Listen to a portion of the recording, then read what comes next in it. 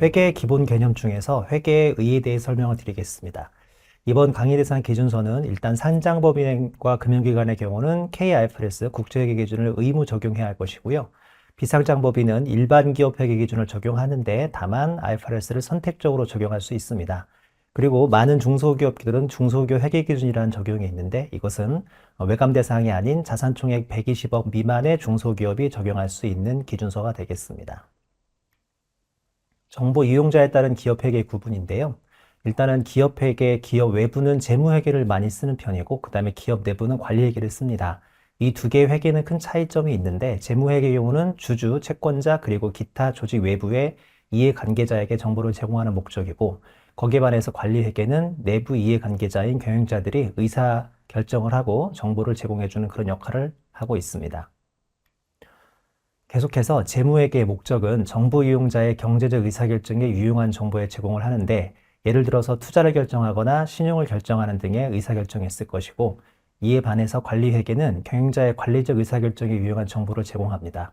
여기서 아주 큰 차이점이 있는데요. 재무회계는 경제 의사결정을 하지만 외부 이용자를 많이 고려한다는 거, 여기에 비해서 관리회계는 내부 경영자의 의사결정에 유용한 정보를 제공한다는 데서 큰 차이점이 있겠습니다.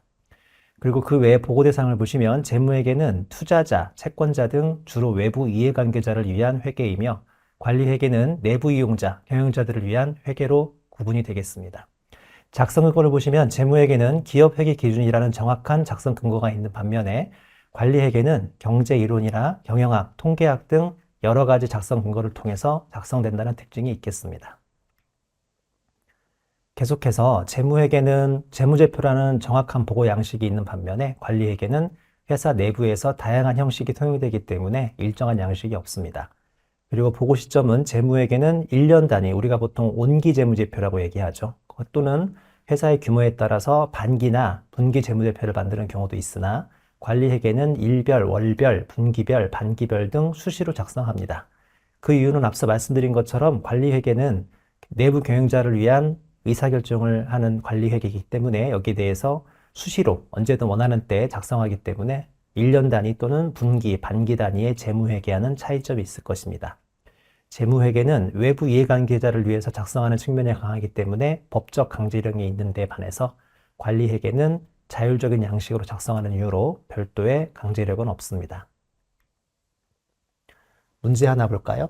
재무회계와 관리회계에 대한 다음 설명 중 옳지 않은 것은 1번 재무회계는 기업 외부의 정보 이용자를 위한 회계인 반면 관리회계는 기업 내부의 정보 이용자를 위한 회계이다.